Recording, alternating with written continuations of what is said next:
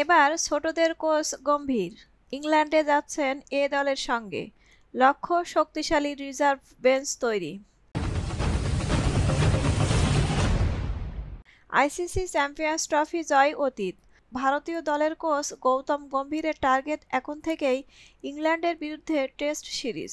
Champions trophy জিতে যাওয়ায় চাপ থেকে বেরোতে পেরেছেন গৌতী, কিন্তু অস্ট্রেলিয়ায় গিয়ে বর্ডার গাভাস্কর সিরিজে ১-৩ ফলে হারের পর ব্যাপক সমালোচনার মুখে পড়েছিলেন টিম ইন্ডিয়ার কোচ। এছাড়াও নিউজিল্যান্ডের বিরুদ্ধে লাল বলের ক্রিকেটে খারাপ পারফরম্যান্সের জন্যও গৌতিই পড়েছিলেন সমালোচকদের তোপের মুখে। তাই ইংল্যান্ড সিরিজের আগে ভারতীয় দলের হেড কোচ এমন কাজ করতে চলেছেন যা এর আগে সাম্প্রতিক অতীতে কখনো দেখা যায়নি।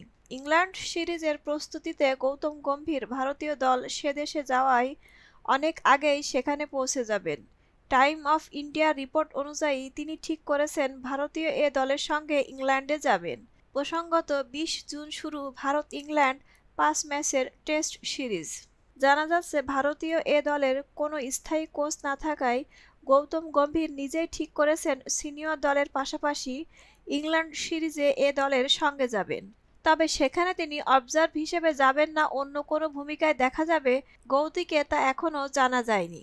আসলে রাহুল দ্রাবিড় ভারতীয় দলের কোচ হওয়ার পর থেকেই অনূর্ধ্ব-১৯ দল এবং এ দল সামলে থাকেন এনসিসি এর যিনি চিফ, বর্তমানে ভিভিএস লক্ষ্মণ।